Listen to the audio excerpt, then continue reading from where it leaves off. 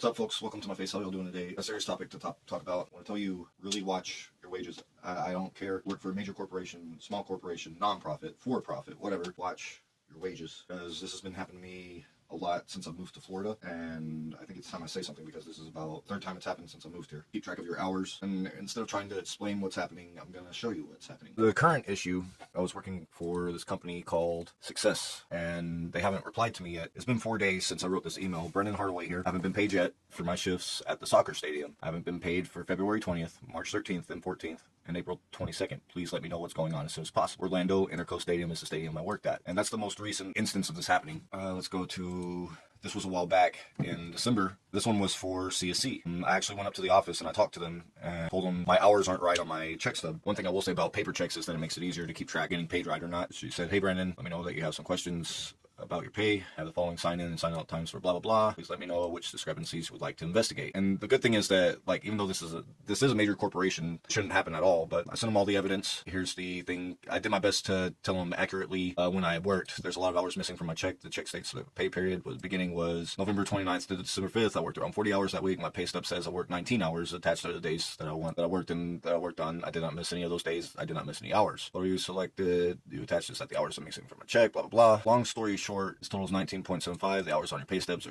overnights will be split by the dates as well. And it ended up with me having to say I was not sent home early. I would not drive all the way out to the convention center to be sent home early. And she said, I spoke with Skyla again, and now she remembers that you were working a full shift. I will add the additional 6 hours to next week's payroll.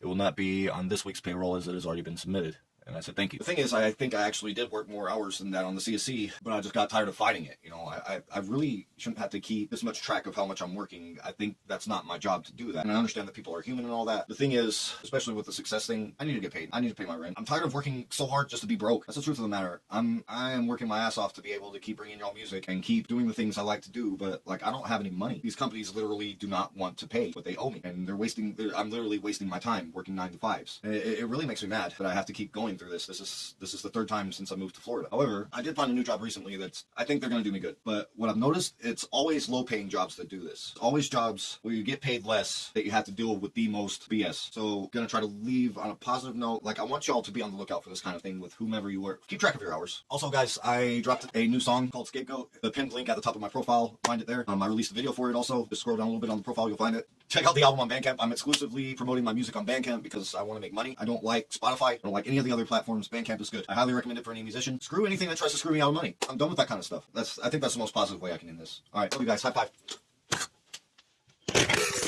Whoa! That was a good one.